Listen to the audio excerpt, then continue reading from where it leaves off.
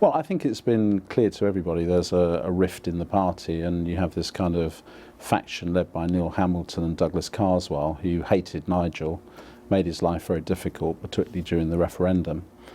And I think... and it was those two that made her life difficult, was it? I wouldn't say that exactly, but what I would say is that she got elected on the idea of a kind of reform agenda, which she obviously felt she couldn't take forward.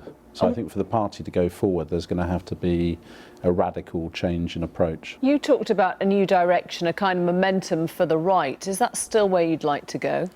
As a result of the referendum campaign, we had nearly 1 million online followers.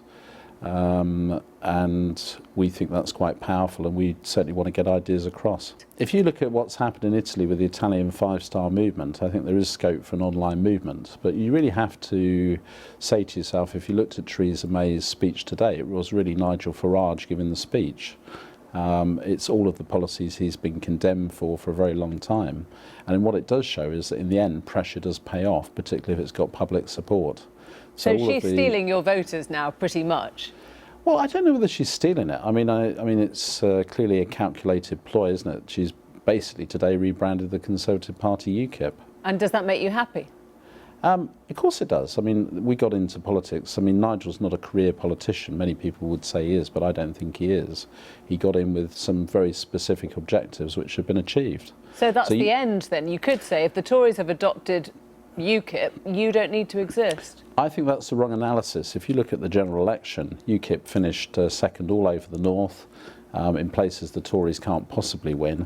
And in fact, the analysis of the general election results showed that it was UKIP votes in marginal seats that gave the Conservatives their majority. So I think there's a huge opportunity to take on the Labour Party and actually make a huge difference. It's jolly weird, though, when somebody like Stephen Woolfe, who said today that he's standing, nearly defected to the Tories himself. Well, it's politics nowadays is pretty weird, isn't it?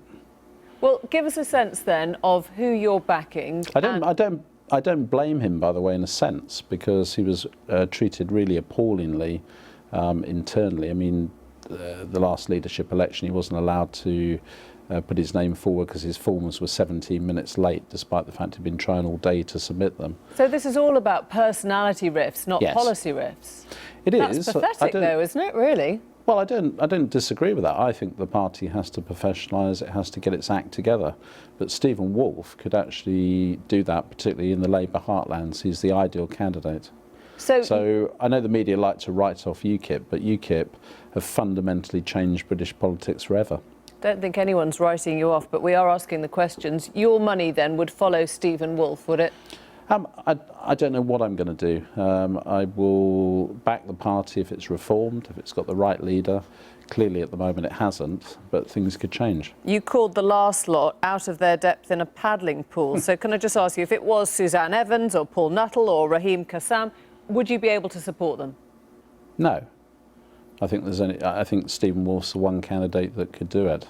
So without Stephen Woolfe, basically, Arron Banks' money isn't in UKIP, is that right? I think he will win. He's going to win overwhelmingly. So I don't think it's really something that comes up anyway. Raheem Kassam put you forward as the, you know what's coming, don't you? The British Donald Trump. Can you rule yourself out the contest? I don't think UKIP needs a leader that's more outspoken than Nigel, do you? Thank you very much. Thanks. Thank you, Emily.